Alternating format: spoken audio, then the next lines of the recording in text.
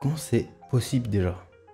Bonjour à tous, je suis Max, interne en médecine du sport, et sur cette chaîne, on décrypte les blessures dans le sport de haut niveau. Aujourd'hui, on va parler de 3 des pires blessures de l'histoire de l'UFC.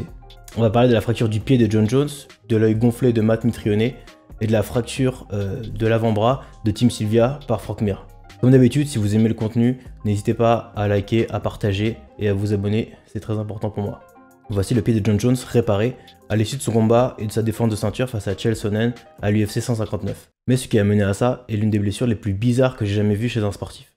Alors on va regarder la vidéo ensemble. Donc c'est arrivé à la toute fin du combat alors qu'il appuie très fort sur sa pointe de pied. Et ce qu'il y a à noter déjà, c'est qu'il a les orteils un petit peu, on voit sur la vidéo, qui sont crochetés, qui veut les rendre plus rigides. Donc on voit directement l'articulation qui se disloque, avec l'os qui est directement apparent, donc une fracture qui est ouverte. Le pire dans tout ça, c'est qu'il ne réagit même pas. Il est en train de finir Chael Sonnen contre la cage, alors que son pouce est déjà en 1000 morceaux, et son articulation à 90 degrés.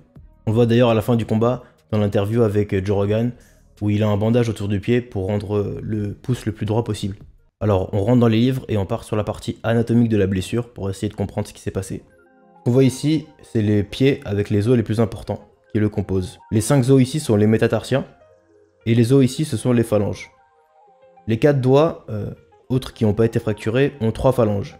Mais le gros pouce, aussi appelé la luxe, n'en a que 2. Donc basé sur les photos de la blessure et sur la vidéo, on peut supposer qu'il a subi une dislocation entre la phalange distale et la phalange proximale. Le pire dans tout ça, c'est que Jon Jones a marché dans l'octogone avec une fracture ouverte. Donc avec plein de saletés, plein de bactéries, avant d'être pris en charge par un médecin. De la fracture ouverte, on se méfie énormément des infections. Et il a eu de la chance de ne pas avoir une infection plus grave qui aurait pu remettre en question sa carrière dans l'UFC. Maintenant on passe à la blessure à l'œil de Matt Mitrione. Avec son œil gonflé, c'est une photo que vous avez sûrement déjà vue. Alors c'est arrivé à l'UFC Fight Night numéro 81. Alors la blessure qu'il a, vous en doutez, c'est un hématome à l'œil droit.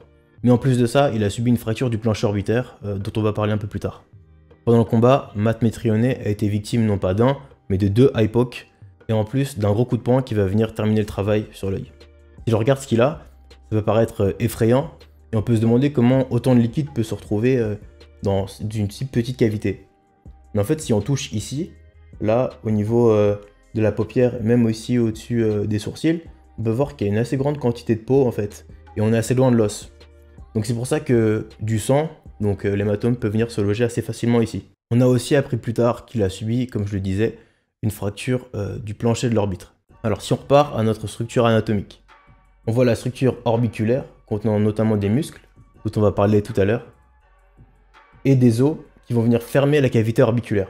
Il existe une zone de faiblesse au sein de cette cavité, c'est ce qu'on va appeler le plancher de l'orbite, ou lame papyracée, papyrus en latin, pour montrer la fragilité de cette zone. Le gros danger avec ce type de fracture, c'est l'incarcération potentielle de muscles au travers du trait de fracture, qui va venir déchirer un grand nombre de structures, notamment les nerfs, le muscle lui-même, et peut entraîner une paralysie et aboutir à une cécité.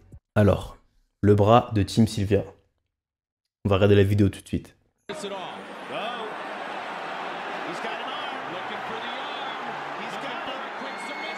Ok, donc ça, en plus c'est marrant parce que ça a été un peu controversé. Parce que la première fois qu'on voit ce qui s'est passé, on comprend pas très bien pourquoi Herb Dean a arrêté le combat. Mais là, quand on met en x0,5, je vais essayer de repasser ça.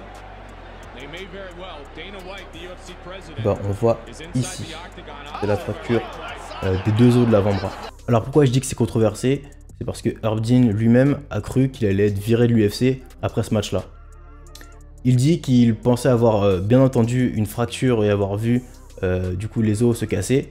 Seulement quand il a appelé le médecin, Tim Sylvia a essayé de le rouler dans la farine pour essayer de continuer le combat et lui a dit qu'en fait il était blessé à l'épaule.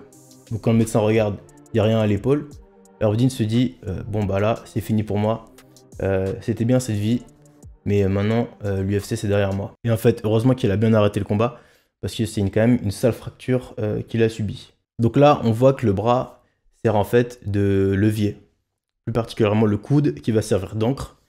Et dans la soumission, il va appliquer une pression qui va résulter en la fracture ici du radius et de l'ulna. Le radius et l'ulna sont les 2 os de l'avant-bras. Le radius est placé côté extérieur de la main, donc côté pouce, et l'ulna sera quant à elle côté bord interne de l'avant-bras.